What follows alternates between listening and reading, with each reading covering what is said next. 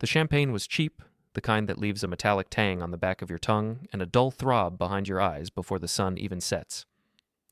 I stood near the buffet table, watching the condensation drip from a silver pitcher of water, tracing a slow, deliberate path down the metal.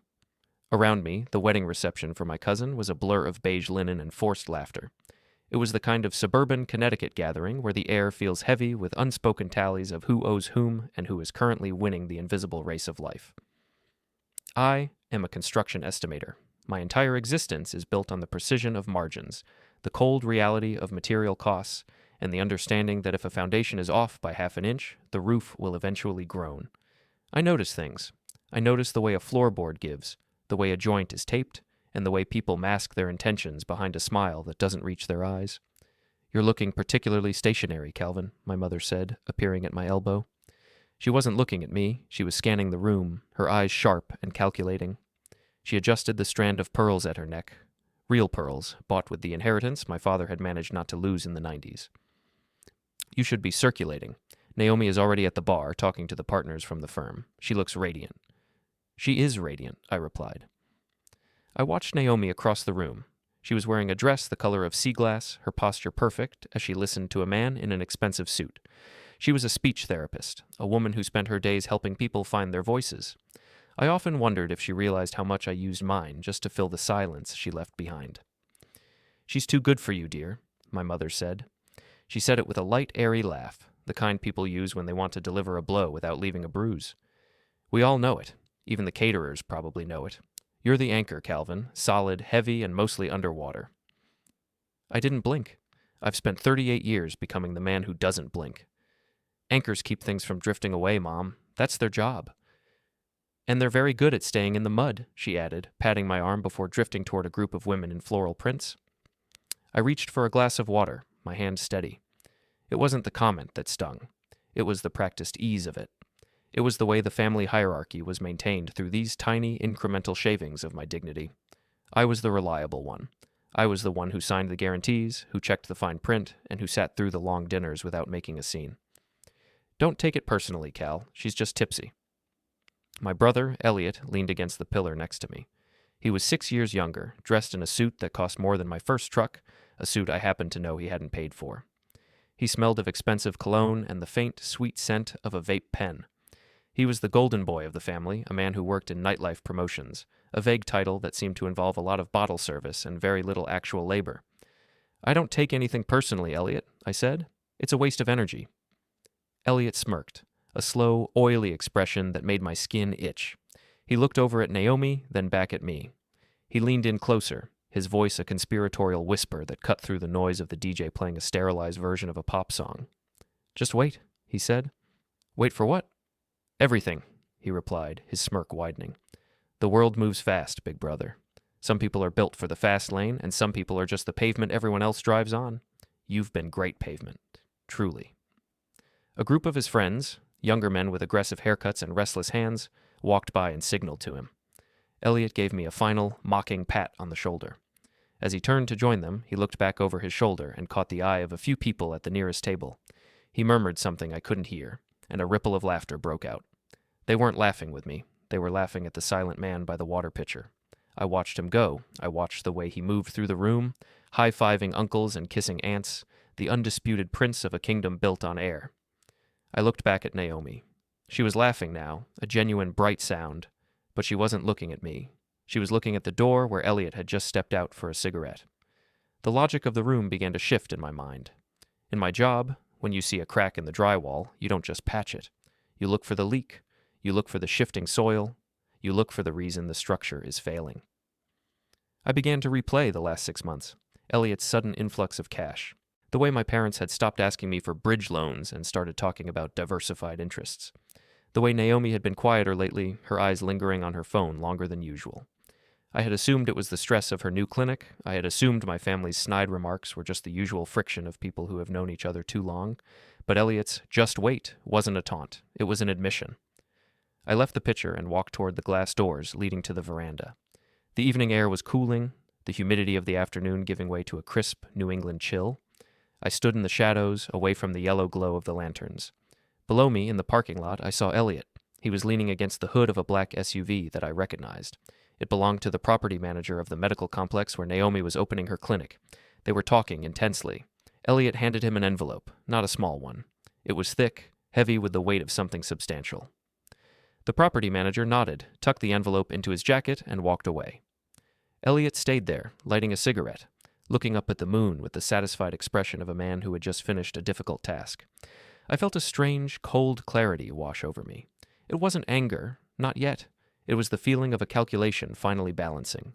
All the missing pieces, the small discrepancies in the family trust ledgers I managed, the administrative fees Naomi had mentioned regarding her lease, the way my brother always seemed to be one step ahead of a bill collector. They weren't just living their lives. They were using mine. My reputation for being the boring, reliable one was the perfect camouflage. I was the firewall. As long as I was standing there, solid and unmoving, no one looked behind me to see what was being dismantled. They were using my credit, my standing in the community, and my very presence as a shield for whatever game Elliot was playing. And my parents were cheering him on, treating my stability as a dull commodity they could trade for his excitement. I looked down at my hands. They were large, calloused from years of site visits and handling materials. I could break things. I knew exactly where the load-bearing walls were, and I knew exactly how much pressure it took to make a structure fail. Inside, the music changed. It was a slow song now. I saw Naomi walk out onto the dance floor, looking around for me. She looked beautiful, and for a second, I felt a pang of the old devotion. But then I saw my mother whisper something in her ear, and Naomi's expression shifted from searching to a sort of resigned pity. She nodded, her shoulders dropping slightly, and she turned away. She didn't think I was coming. She expected me to be in the corner, being the anchor. I realized then that my silence hadn't been a sign of maturity. It had been a permission slip. I had allowed them to define me, to box me into the role of the man who takes the joke, the man who pays the bill, and the man who stays underwater so they can float. I didn't go back inside. I walked down the stone steps of the veranda, staying in the shadows of the manicured hedges. I reached the parking lot just as Elliot was tossing his cigarette butt onto the asphalt. He didn't see me until I was 5 feet away. "Whoa, Cal," he said, startled. He tried to recover quickly, flashing that grin. "Scared me. You looking for a smoke? Or did Mom send you to find your bride?" I looked at the spot where the envelope had disappeared into the manager's car. I looked at Elliot's expensive shoes, scuffing the pavement. "I was just thinking about that joke, Elliot," I said. My voice was level, the same tone I used when explaining a cost overrun to a client. "Which one? Mom's? Come on, man, have a sense of humor." "Not that one," I said. I stepped into his personal space, not enough to touch him, but enough to make the air between us feel thin. "The one where you think I'm the pavement." Elliot's grin wavered. He tried to laugh, but it caught in his throat. "It's just a metaphor, Cal. Don't be weird." "I'm an estimator, Elliot. I don't do metaphors, I do facts." I looked him directly in the eyes. I didn't raise my voice, I didn't have to. And the fact is, pavement doesn't just sit there, it holds the weight, and if the pavement decides to shift, everything on top of it falls into the dirt. I turned and walked toward my own car, a sensible gray truck that no one in this family ever noticed. "Hey, where are you going?" Elliot called out, his voice sounding thinner in the open air. "The cake hasn't even been cut yet." I didn't answer. I got into the truck and started the engine.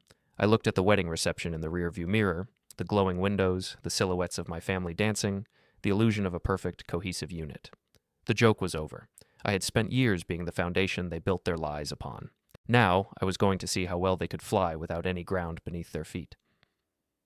I drove out of the parking lot, the silence of the cab feeling like the first real breath of air I'd taken in decades. I wasn't going home. I was going to my office. I had files to pull, public records to scrub, and a very specific set of numbers to crunch. The first step in taking down a building is knowing exactly where the rot started. I already knew.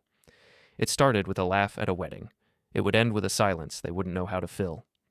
The morning after the wedding, the air in our kitchen was thick with the scent of expensive roast coffee and the aggressive silence of a domestic routine that had become a performance. Naomi moved with a practiced fluidity, her silk robe whispering against her legs as she reorganized the pantry. She was a woman who dealt in the correction of stutters and lisps. She knew how to smooth over the jagged edges of a conversation before the friction could create a spark. I sat at the island, my laptop open to a spreadsheet of concrete pouring costs for a municipal project, but my focus was elsewhere. I was watching the way she checked her phone, a quick, furtive glance every time a notification chimed, her thumb hovering for a fraction of a second too long over the screen. "Your mother called 3 times while you were in the shower," Naomi said, her back to me. She was stacking boxes of artisanal crackers with a precision that bordered on the obsessive. "She thinks you left early because you were feeling unwell. She's worried you're becoming antisocial, Calvin. More so than usual." "I'm an estimator, Naomi. My job is to be precise, not social," I replied. I didn't look up from the screen. And I wasn't unwell. I just realized I had seen everything I needed to see. "Elliot said you were acting strange in the parking lot. He said you seemed intense." She finally turned, leaning against the counter, her eyes searching mine for a crack in the armor. "Is everything okay? You've been very distant since the clinic lease went through."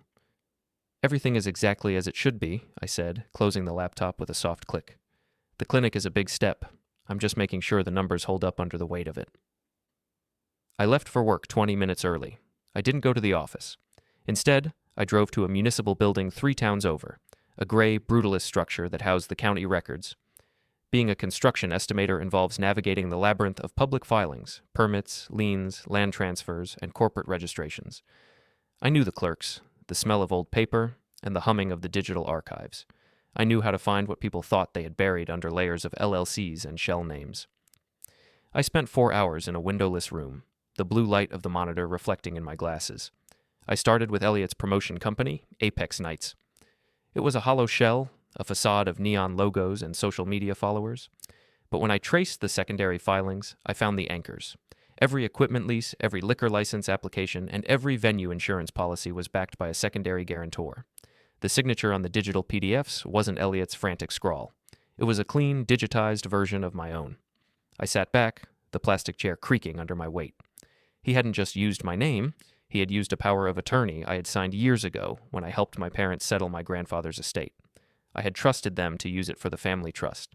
Instead, they had turned me into a human safety net for Elliot's failures. If a venue was trashed or a vendor went unpaid, the legal path didn't lead to a nightclub promoter with no assets. It led directly to my house, my savings, and my professional license. The realization was a cold, mechanical thing. It didn't make my heart race, it made my mind sharpen. I began to print.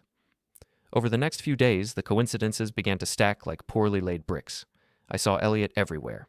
I went to the gym at 6 a.m., a time he usually spent unconscious, and found him leaning against the juice bar, talking to a man I recognized as a high-end security contractor.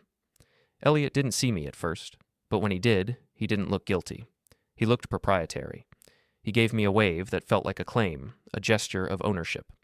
Later that week, I was at a mixer for the Regional Builders Association. It was a dull affair in a hotel ballroom, filled with the smell of scorched sliders and cheap scotch. I was talking to a supplier about the rising cost of rebar when I felt a presence behind me. "Calvin, my man.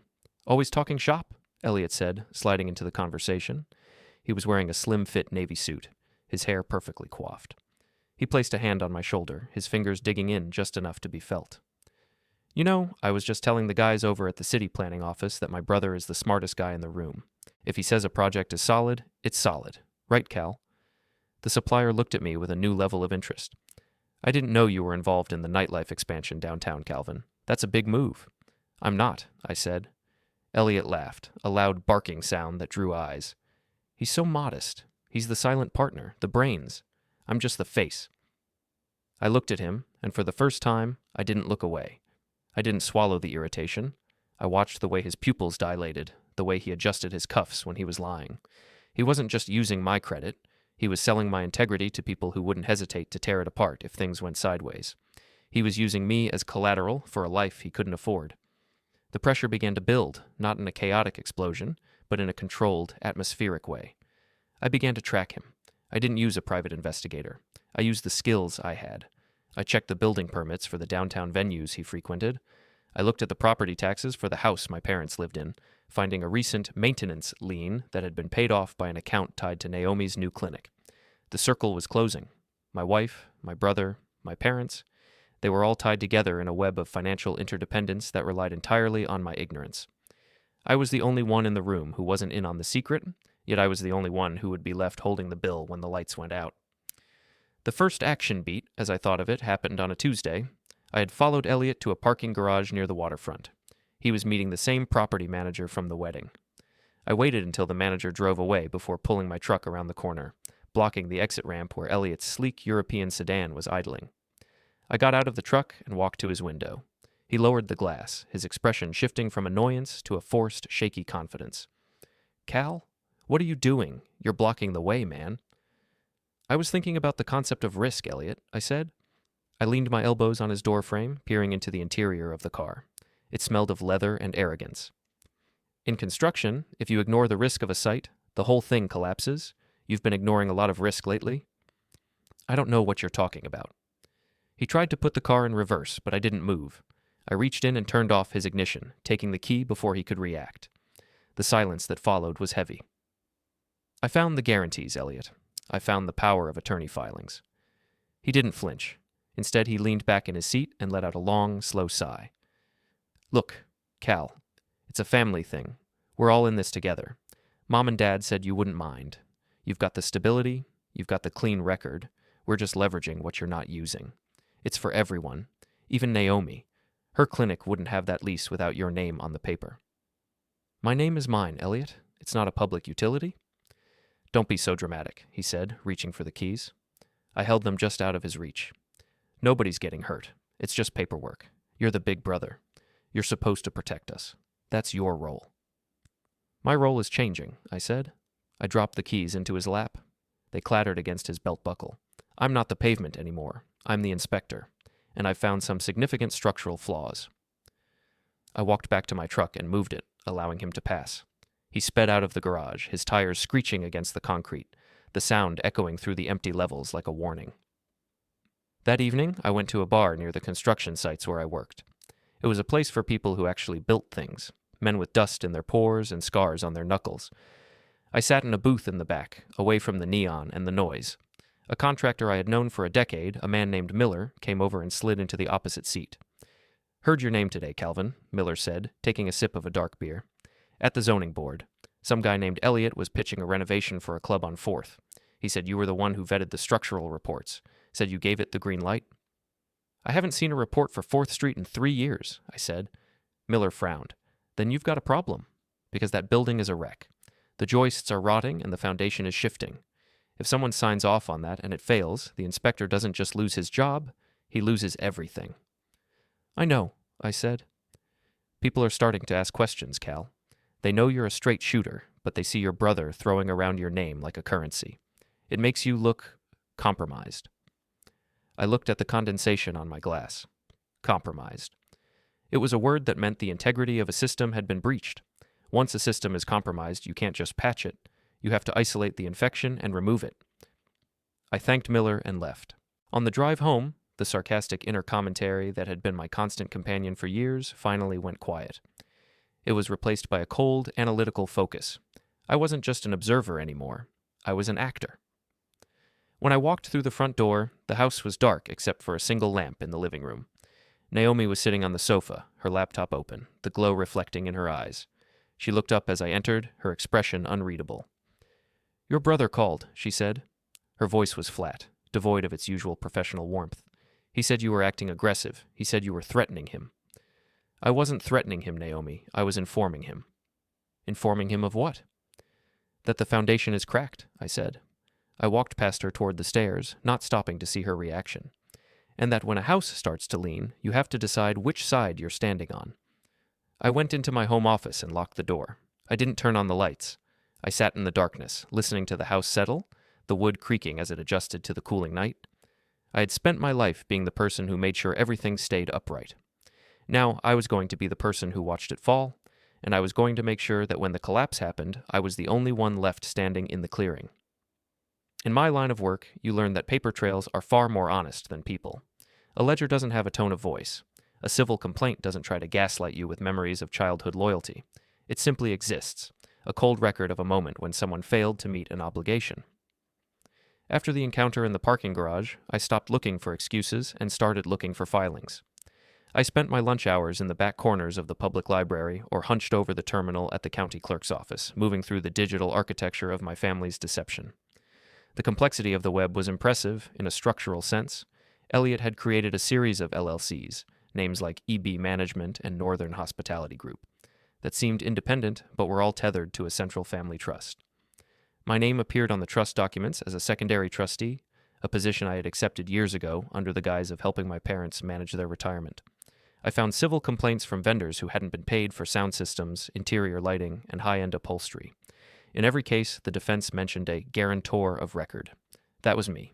I was the silent collateral, the unwitting bankroll for a lifestyle of champagne tastes and beer budget reality. But the most unsettling discovery came when I looked into the property records for my parents' home. There was a secondary mortgage, a line of credit taken out 18 months ago. The signature on the document was my father's, but the witness signature, the one that verified the authenticity of the transaction, was Naomi's. My wife, the woman who shared my bed and my morning coffee, had witnessed a document that leveraged my inheritance to fund my brother's failing ventures. She hadn't mentioned it, not once. I didn't confront them, not yet. I had learned from years of site inspections that if you shout about a problem too early, the contractor will just cover it with a fresh layer of drywall. You have to wait until you can see the entire scope of the failure. I began to look for the physical manifestations of the paper trail. Elliot's promotions business required equipment, stages, lighting rigs, portable bars. I knew he didn't have a warehouse, and the venues he used were usually rented bare. Using the GPS logs from the shared family account for the emergency vehicle I helped pay for, I tracked a series of frequent stops to a self-storage facility on the industrial edge of town. It was a place where the grass grew through the cracks in the asphalt, and the corrugated metal doors were bleached white by the sun. I arrived at the storage facility on a Thursday afternoon. The air was thick with the smell of hot tar and diesel exhaust from the nearby highway. I pulled my truck into the gravel lot and watched from a distance. Within 20 minutes, Elliot's car arrived. He wasn't alone. He was with a man in a work jacket, someone I recognized as a technician for a high-end audio company. They went to Unit 412. I waited until the technician left. Elliot stayed inside, the roll-up door halfway down. I could hear him on the phone, his voice rising in an agitated cadence. He was arguing about a shipment, something about clearing the books before an upcoming audit. I walked toward the unit, my boots crunching softly on the gravel. I didn't rush. I moved with the steady, deliberate pace of a man who knows exactly what he is about to find. As I reached the door, I could hear him clearly now. "I don't care about the insurance premiums," Elliot snapped into the phone. "Calvin's name is on the policy. If the gear gets damaged, he's the one who takes the hit, not me. Just get the stuff moved to the new venue by Friday. We need the optics to look right for the investors." I reached down and grabbed the handle of the roll-up door. I didn't yank it. I lifted it with a smooth, heavy motion. The light from the afternoon sun flooded the cramped, dusty space. Elliot spun around, dropping his phone. It clattered against a stack of speakers, the screen glowing in the shadows. "Cal," he stammered, his face turning a blotchy, uneven red. How did you find this place?" I didn't answer him. I stepped inside the unit. It was packed with thousands of dollars of equipment. Amplifiers, mixing boards, crates of premium glassware. Every single piece of it had a small, discrete asset tag that matched the inventory list I had found in the EB management filings. "You're using my professional insurance for this," I said. It wasn't a question. I walked over to a rack of expensive lighting rigs. If these had been lost or stolen, my premiums would have tripled. My license would have been flagged for a risk assessment. You're playing with my livelihood, Elliot. "It's just a safety net, man," Elliot said, his voice cracking. He tried to move past me toward the door, but I stepped into his path. I didn't touch him, but I used my frame to narrow the exit. "Mom and Dad said it was fine. They said you wanted to help. We're a family, remember? We all win when the business wins." "I don't remember winning anything lately," I said. I looked at the crates, then back at him. "I remember paying for your car repairs. I remember paying the property taxes on the house when Dad forgot. I remember being told I was an anchor." "You are an anchor. You're the one who keeps us steady." He was shouting now, his bravado replaced by a desperate, cornered energy. "You don't understand the pressure I'm under. I have to make this work. If I don't, the whole thing falls apart. Everything Mom and Dad have worked for is tied up in this." "No," I corrected him. "Everything I have worked for is tied up in this. You and our parents have just been the ones spending it." I saw his phone on the floor. It was buzzing. The caller ID showed Mom. "Pick it up," I said. "What?" "Pick it up. Tell her I'm here. Tell her I'm looking at the equipment." Elliot looked at the phone, then at me. He didn't move. He knew that the moment he involved our parents, the illusion of my ignorance would be shattered forever. He was a coward who thrived on the unspoken. He needed me to stay in my box so he could continue to pretend he was a self-made success. "I'm not calling her," he whispered. "Fine." I stepped back, out of the unit and into the bright, harsh sunlight of the gravel lot. Elliot followed me, his posture slumped, looking like a child who had been caught breaking a toy he wasn't supposed to have. "Look, Cal, let's just talk about this. We can figure out a way to transition the names. I just need a few more months. The 4th Street project is going to be huge. Once that opens, I can pay everything back." "The 4th Street project is a structural nightmare, Elliot. Miller told me about the reports you've been falsifying. You're going to get someone's license revoked." "I'm just tweaking the numbers. Everyone does it." I didn't argue. There was no point in debating ethics with a man who viewed the world as a series of shortcuts. I reached for the handle of the storage unit door. "What are you doing?" Elliot asked, his eyes widening. "I'm securing the assets," I said. Before he could react, I slammed the door down. The latch clicked into place. I pulled a heavy-duty padlock from my pocket, one I had brought specifically for this purpose, and snapped it through the hasp. "Hey, my keys are in there. My phone." Elliot hammered on the metal door from the outside, but it was a hollow, useless sound. "Calvin, open the door. You can't do this." "I just did," I said. I walked back to my truck. "I'll give the keys to the property manager. You can get your things when you have a legal representative present to discuss the insurance fraud." I drove away, leaving him standing in the dust of the gravel lot. Through the rearview mirror, I saw him kicking at the metal door, a small, insignificant figure against the backdrop of the industrial wasteland. The drive home was quiet. I found myself thinking about my parents. They weren't ignorant. They weren't being misled by their younger son. They were active participants. They had chosen Elliot's ambition over my stability. They had viewed my hard work as a resource to be harvested, a mountain of coal they could burn to keep their favorite child warm. And Naomi. When I pulled into our driveway, her car was there. The house looked peaceful, the well-manicured lawn, the seasonal wreath on the door, the soft glow of the interior lights. It was a beautiful structure, but I knew now that the soil beneath it was shifting. The documents she had signed weren't just a mistake. They were a betrayal of the partnership we were supposed to have. I sat in the truck for a moment, my hands gripping the steering wheel. In my mind, I was already drafting the next set of moves. I wasn't going to yell. I wasn't going to make a scene. I was going to do what I did best. I was going to dismantle the project piece by piece until there was nothing left but the raw, uncomfortable truth. I walked into the house. Naomi was in the kitchen, pouring a glass of wine. She looked up, her expression tightening when she saw my face. "You're late," she said. "Your mother has been calling. She said she can't get a hold of Elliot. She's worried." "Elliot is fine," I said, walking to the fridge and pulling out a bottle of water. "He's just dealing with some storage issues." I took a long drink, the cold water soothing my throat. I looked at her, really looked at her, noting the way she avoided my gaze. "Naomi," I said softly. "Yes?" "Why did you witness the secondary mortgage on the house?" The glass in her hand trembled. A small splash of red wine landed on the white marble of the counter, looking like a dark, permanent stain. She didn't look up. She didn't deny it. She just stood there, the silence stretching between us like a physical weight. "They needed help, Calvin," she whispered. "They're your family." "I'm my family too," I said, but I seemed to be the only one who realized that. I left her in the kitchen and went upstairs. The investigation was over. The evidence was gathered. I had the paper trails, the recordings, and the physical control of the assets. Now it was time for the confrontation. I was no longer the firewall. I was the one who was going to let the fire in. The house where I grew up was a colonial-style structure at the end of a quiet cul-de-sac, meticulously maintained with a budget that I now realized was largely theoretical. It was a house built on the appearance of stability. The lawn was always a perfect, uniform green. The shutters were always aligned. The brass knocker on the front door was polished until it shone like a warning. I pulled my truck into the driveway, the engine ticking as it cooled. I sat there for a moment, looking at the windows. My parents were inside, probably sitting in the sunroom, nursing the afternoon tea that had replaced the more rigorous activities of their younger years. I carried a leather portfolio under my arm. Inside were the physical manifestations of the last 48 hours, bank statements, the notarized mortgage documents Naomi had witnessed, and the insurance riders that used my professional credentials as a shield for Elliot's negligence. I wasn't there to negotiate. In construction, when a structure is found to be fundamentally unsound, you don't ask the architect for their feelings. You issue a stop work order and begin the demolition. I didn't knock. I used my key, the heavy door swinging open on silent hinges. The house smelled of lavender and beeswax, a scent that had always signaled safety to me, but now felt like the masking fragrance used in a poorly ventilated cellar. "Calvin, is that you?" my mother called from the sunroom. I walked through the foyer, my boots sounding unnaturally loud on the polished hardwood. I found them exactly where I expected. My father was reading a financial journal, and my mother was adjusting a vase of lilies.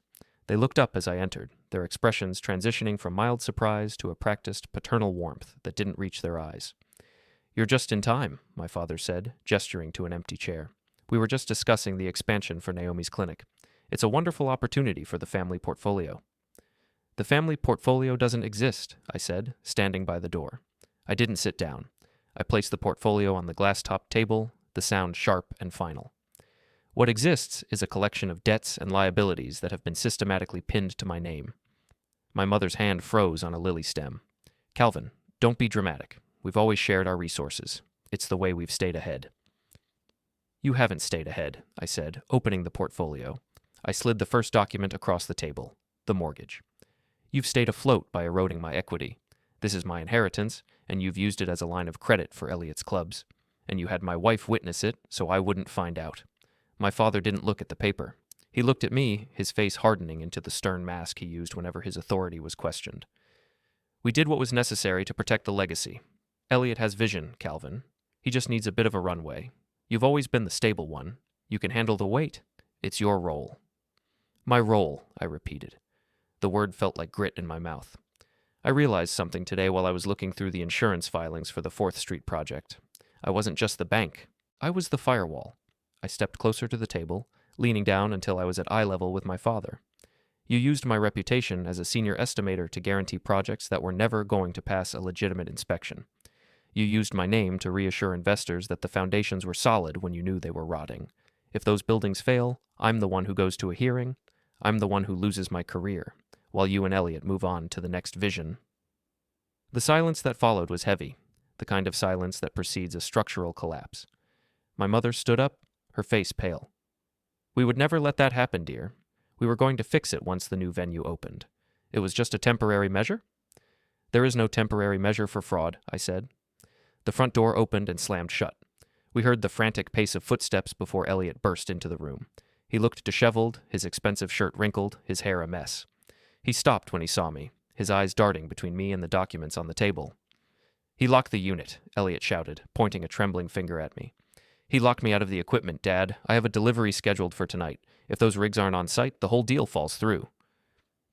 "The deal has already fallen through," I said, my voice dropping to a calm, terrifyingly quiet register. "I called the insurance carrier this morning. I withdrew my name as a guarantor for every LLC associated with this house and your business.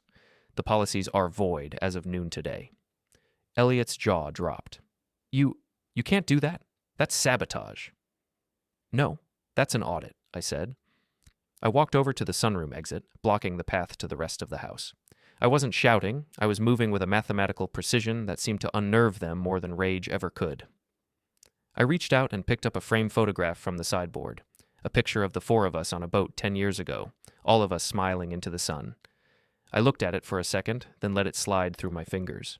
It hit the hardwood with a sharp crack, the glass shattering into 1,000 crystalline shards. None of them moved. They stared at the broken frame as if I had just struck them. "You've lived in a house of glass for a long time," I said, looking at my brother. "You thought because I was quiet, I was part of the furniture. You thought you could walk all over the pavement and it would never push back." I walked toward Elliot. He backed up until he hit the wall, his bravado entirely gone. I reached out and placed my hand on the wall next to his head, leaning in until I could smell the stale tobacco and sweat on him. "I'm the firewall, Elliot," I whispered, and I just turned myself off. "Do you know what happens to a structure when the fire hits the interior and there's nothing left to stop it?" "Calvin, please," my mother sobbed. "Don't," I said, not looking at her. "I spent 15 years saying please to the world on your behalf. I'm done." I reached into the portfolio and pulled out a final stack of papers. These weren't filings. They were copies of the emails I had sent 20 minutes before arriving. Emails to the zoning board, to the investors of the 4th Street project, and to the primary lender for the house. I had simply attached the original, unaltered reports and the proof of the unauthorized use of my signature. "I've withdrawn the protection," I said, dropping the papers onto the glass table. They fanned out like a deck of cards. By tomorrow morning, the city will issue a stop work order on every project you've touched. The bank will begin an inquiry into the mortgage witness signatures, and the insurance company will be looking for the equipment I've secured. My father finally looked at the papers. His hands began to shake as the reality of the situation took hold. The reputation he had spent a lifetime polishing was dissolving in front of him, not because of an outside enemy, but because the man he had underestimated most had decided to stop holding up the ceiling. "You're destroying us," my father whispered. "I'm just stopping the lies," I said. "If the truth destroys you, then you were already gone. I'm just the one who stopped the clock." I walked toward the foyer, the three of them frozen in the sunroom like a tableau of a failing dynasty. I reached the front door and paused, looking back at the house that had once been my world. It looked different now. It looked small. It looked like a project that had been over budget and under-engineered from the very beginning. I stepped out onto the porch and pulled the door shut. I didn't lock it. There was nothing left inside worth protecting. As I walked to my truck, I saw Naomi's car turn onto the street. She pulled up behind my truck, her face a mask of apprehension behind the windshield. She got out of the car, her eyes darting to the house and then to me. "Calvin? What happened?" "Your mother sent me a text that made no sense." "The audit is complete, Naomi," I said. I opened my driver's side door and climbed in. "Did you talk to them? Did you fix it?" I started the engine. The rumble of the truck felt like the only solid thing in the world. I looked at my wife, the woman who had helped my family steal my future while I was busy building theirs. "I didn't fix it," I said. "I stopped it." I put the truck in gear and began to back out of the driveway. Naomi stood there, her sea glass dress fluttering in the breeze, looking like a ghost in the midday sun. "Where are you going?" she called out. "To a hotel," I said. "I'm taking a break from construction for a while. I want to see how things look when they're allowed to fall." I drove away without looking back. Through the rearview mirror, I saw the front door of the house open. My mother and father appeared on the porch, looking small and fragile against the white columns. They were calling out to me, their mouths moving in a desperate, silent plea, but I couldn't hear them. I didn't want to. The twist wasn't that they were corrupt. The twist was that I was the only thing that had made their corruption possible. Without my silence, without my hard work, and without my name, they were nothing more than a group of people standing in a house they no longer owned, waiting for a morning that was never going to come. I felt a strange sense of peace. For the first time in my life, I wasn't an anchor. I wasn't pavement. I was just a man driving a truck, moving away from a collapse I had finally stopped trying to prevent. The silence of a hotel room is different from the silence of a home. A home has the hum of shared history, the rhythmic clicking of a heater you've repaired yourself, and the familiar creak of floorboards that tell you exactly where your wife is standing. A hotel room is an antiseptic void. It is a space designed to be occupied by no one, and as I sat in a chair by the window of the Marriott, looking out over the gray expanse of the interstate, I realized I had never felt more present.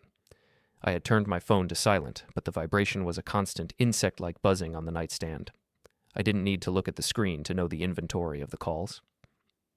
There would be frantic bursts from my mother, likely alternating between pleas for family unity and sharp rebukes of my character.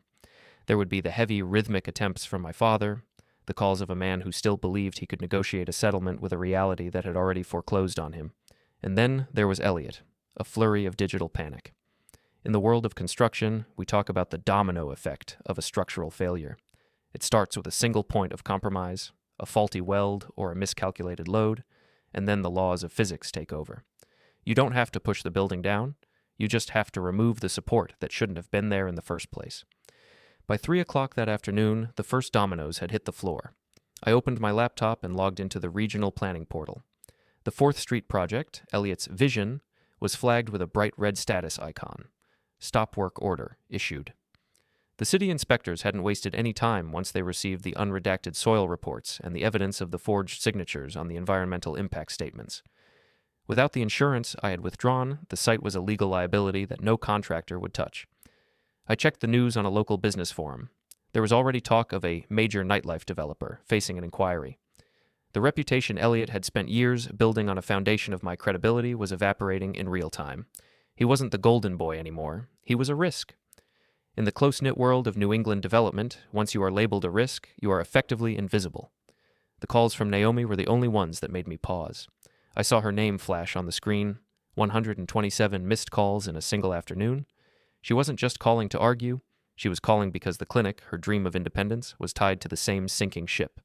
She had chosen to witness the documents that anchored her future to Elliot's recklessness, and now she was realizing that the anchor was dragging her into the depths. A sharp, aggressive knocking at my hotel door broke my concentration. It wasn't the polite rap of housekeeping. It was the frantic, uneven pounding of someone who had run out of options. I didn't ask who it was. I stood up, smoothed my shirt, and opened the door. Elliot stood in the hallway. He looked like a man who had been caught in a landslide. His expensive suit was stained at the hem, and his face was a map of exhaustion and mounting fury. He didn't wait for an invitation. He pushed past me into the room, his eyes scanning the space as if he expected to find the stolen keys or the lost money hidden in the minibar. "You've ruined everything, Cal," he said, his voice cracking. He turned to face me, his hands shaking so violently he had to shove them into his pockets. "The bank froze the trust accounts this morning. The investors on 4th Street are threatening to sue for every cent of their deposits. They're talking about an investigation into the filings." "I told you the filings were fraudulent, Elliot," I said. I stayed by the door, my posture relaxed. "I told you the foundation was rotten. You chose to keep building on it." "We were so close," he shouted, stepping toward me. "Another month and the revenue would have cleared the debt. We could have replaced your signatures with a legitimate corporate board. You just had to hold the line for a few more weeks." "I'm not a line holder. I'm an estimator. My job is to tell the truth about what things cost, and the cost of your lifestyle was my life. I'm not paying that invoice anymore." Elliot's face contorted. He looked around the room and saw the leather portfolio on the desk. He lunged for it, but I was faster. I didn't strike him. I simply stepped into his path and used my shoulder to redirect his momentum. He stumbled back against the bed, his breath coming in ragged gasps. "Give me the keys to the storage unit," he hissed. "There's gear in there that isn't even paid for. I can sell it off-market, get enough cash to get Mom and Dad out of the house before the foreclosure notice hits. Please, Cal, they're your parents." "They are," I said, "and they are the ones who signed the papers. They are the ones who decided that one son was a person and the other was an asset to be liquidated. If they lose the house, it's because they gambled it on a man who never learned how to work." "You're a monster," he whispered. "You're sitting here in this room while your family falls apart, and you don't even care." "Well, I care about the truth," I said. I walked to the desk and picked up a small silver flash drive. "On this drive is the recording of our conversation in the parking garage. The one where you admitted you knew the insurance was fraudulent. The one where you said you were using me as pavement. I've already sent a copy to the bank's legal department." Elliot's eyes went wide. The last bit of color drained from his face, leaving him looking gray and hollow in the harsh hotel lighting. He realized then that there was no way back. There were no more favors to ask, no more lies to tell, and no more silence to hide behind. The structural integrity of his world was zero. "Why?" he asked, his voice barely audible. "Why now? After all these years of just taking it?" "Because I realized that my silence wasn't a gift I was giving you," I said. "It was a debt I was incurring, and I decided to settle the account." I walked to the door and opened it wide, gesturing to the hallway. "Get out, Elliot. Go back to the house. Help Mom pack. Or don't. It doesn't matter to me. I'm no longer part of the project." He stood up slowly, his movements heavy and clumsy. He walked toward the door, stopping just in front of me. He looked like he wanted to say something, a final insult, a final plea, but he found nothing. He was a man whose entire vocabulary was built on deception, and in the face of the absolute truth, he was mute. He shuffled into the hallway, his shoulders slumped. I watched him walk toward the elevator, a small man in a large suit, disappearing into the anonymity of the corridor. I closed the door and locked it. I went back to the window. The sun was beginning to set, casting long, sharp shadows across the highway. My phone buzzed again. This time I picked it up. It was a text from Naomi. "I'm at the house. Your parents are in the sunroom. They won't stop crying." "Calvin, what have you done? There's a man here from the sheriff's department serving papers. Please come home. We can talk about this. We can find a way to fix it." I looked at the message for a long time. I thought about the house, the sunroom, and the years I had spent fixing things that were designed to break. I thought about the "we" she used, a word that had once meant a partnership but now meant a conspiracy of convenience. I typed a single sentence in response. "The inspection is over, Naomi. The building is condemned." I blocked her number. Then I blocked my mother's. Then my father's. I sat back in the chair and watched the lights of the cars on the interstate. They were moving fast, headed toward destinations I would never see, lived by people who didn't know my name. It was a beautiful sight. The fallout was no longer my concern. The bank would take the house. The city would take the permits. The investors would take what was left of Elliot's reputation. and Naomi would have to find a way to find her own voice, now that mine was no longer there to fill the gaps. I felt a sense of sarcastic clarity. My family had spent their lives treated me like a boring, predictable constant, like the gravity that held them down. They had forgotten that gravity is what makes the fall so painful when the support is removed. I reached for the remote and turned on the television, flipping through the channels until I found a documentary about the construction of the Great Pyramids. I watched the images of massive stones being moved by thousands of men, a monument to the endurance of the human spirit and the absolute unyielding weight of stone. I stayed there for hours, the blue light of the screen the only thing illuminating the room. I wasn't waiting for a call. I wasn't waiting for a knock. I was just a man in a room, finally enjoying the quiet. But as the night wore on, a single thought began to take shape in my mind. One last piece of the project that remained unfinished. There was one more object. One more symbol of Elliot's unearned status that I hadn't yet addressed.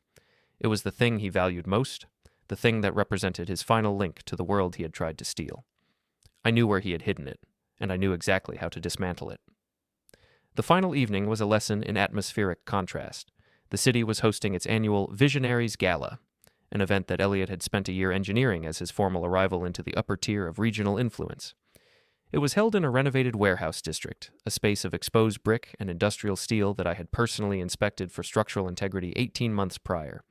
I knew every bolt and every load-bearing beam in the ceiling, I knew the limits of the floor, and I knew that tonight, the weight of the social expectations in the room far exceeded the capacity of the people holding them.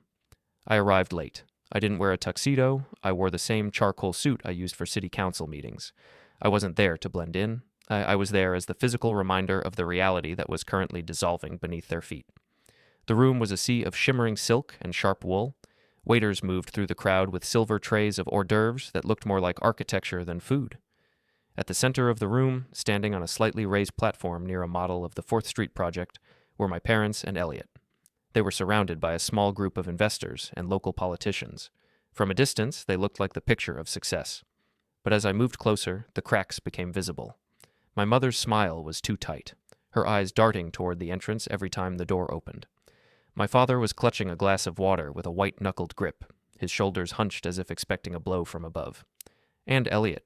He was talking, his hands moving in wide, expansive gestures, but no one was leaning in to listen anymore. The news of the stop work order had begun to circulate. The investors were nodding politely, but their bodies were angled toward the exits.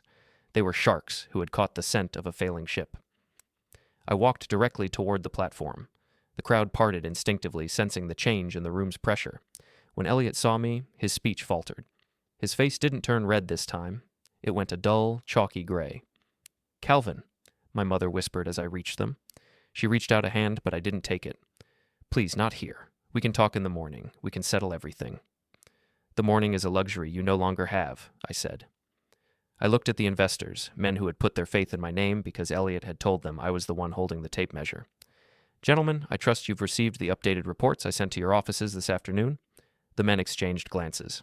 One of them, a man named Henderson, who had known my father for 30 years, stepped forward. "We did, Calvin. It's a significant deviation from the original prospectus." "It's not a deviation," I said. "It's the truth. The original prospectus was a work of fiction. This project was never viable. The land it's built on is shifting, and the financing behind it is an illusion." "You're lying," Elliot hissed, his voice cracking under the strain of the public gaze. "He's just bitter. He's trying to sabotage his own family because he can't stand to see me succeed." I turned to look at my brother. He looked small. In this room full of people who actually built things, he looked like a child playing with blocks that didn't belong to him. "I don't care about your success, Elliot," I said. "I care about the fact that you use my life as a down payment for yours. And I'm here to collect the balance." I reached into my pocket and pulled out a small, heavy object. It was a brass plaque, the kind they put on the cornerstones of buildings. It had the family name on it, along with the date the Brooks Development Group had been founded. I had removed it from the lobby of the downtown office earlier that evening. I walked over to the architectural model of the 4th Street project. It was a beautiful thing, balsa wood and acrylic, illuminated from within by tiny LED lights. It represented the future they had tried to steal from me. "This is a very pretty model," I said, my voice carrying across the silent room. "But it's built on a lie. And in construction, the model has to match the reality, or the whole thing is just a dream." I didn't yell. I didn't make a scene. I simply placed the heavy brass plaque on top of the model. I didn't drop it. I set it down with a firm, deliberate pressure. The balsa wood groaned. The acrylic walls buckled. The tiny LED lights flickered and went dark as the weight of the brass crushed the delicate structure into a pile of splinters and dust. The sound of the collapse was small, but in the silence of the gala, it sounded like a thunderclap. My mother let out a soft, strangled sound. My father closed his eyes, his head bowing. Elliot just stared at the wreckage of his vision, his mouth hanging open, his hands hanging uselessly at his sides. He looked like he wanted to cry, but there were no tears left for him. He had spent them all on himself years ago. I looked at the investors. The project is canceled. The insurance is void. The trust is being liquidated to cover the liabilities. If you have questions, I suggest you speak to the bank's legal department. They have the full file. I turned to leave, but a hand caught my arm. It was Naomi. She had been standing in the shadows, watching the entire exchange. Her sea glass dress was wrinkled, and her hair was coming loose from its pins. She looked at the crushed model and then at me. "Is this it?" she asked, her voice trembling. "Is this what you wanted? To humiliate them in front of everyone? To leave us with nothing?" "I didn't leave you with nothing, Naomi," I said. I looked at her, and for the first time I felt absolutely no weight in my chest. No anger, no longing, no pity. "I left you with the truth. You're the one who has to decide what to do with it. You witnessed the documents. You chose the side of the people who were using me. Now you get to live with the people you chose." "We were a team, Calvin," she whispered. "No," I said. "I was the project manager. You were just a subcontractor who didn't disclose her conflict of interest. The contract is terminated." I walked away from her. I walked away from the platform, from the broken model, and from the people who had shared my name while eroding my soul. I moved through the crowd, and this time, no one tried to stop me. They watched me go with a mixture of awe and discomfort, the way people watch a storm front move across the horizon. I reached the exit and stepped out into the night air. It was cold and crisp, the city lights reflecting off the damp pavement. I walked to my truck and climbed inside. Before I started the engine, I took my phone out of my pocket. It was vibrating, a call from my mother. Then a text from Elliot. Then a notification from the bank regarding a suspicious activity report I had filed myself. I looked at the phone for a second. I thought about the thousands of hours I had spent answering these calls, fixing these problems, and being the anchor that kept them from drifting into the chaos they had created. I didn't feel like an anchor anymore. I felt like the wind. I rolled down the window and held the phone out over the asphalt. I let it go. It hit the ground with a dull thud, the screen shattering, the vibration silenced instantly. I started the truck. The engine purred, a perfect mechanical rhythm that I had maintained with my own hands. I put the vehicle in gear and pulled out of the parking lot. I didn't look in the rearview mirror. I didn't need to see the gala or the people inside or the wreckage of the life I had finally stopped supporting. I knew exactly what was behind me, a pile of broken glass and empty promises. I drove toward the highway, the road stretching out in front of me, dark and silver under the moon. I didn't have a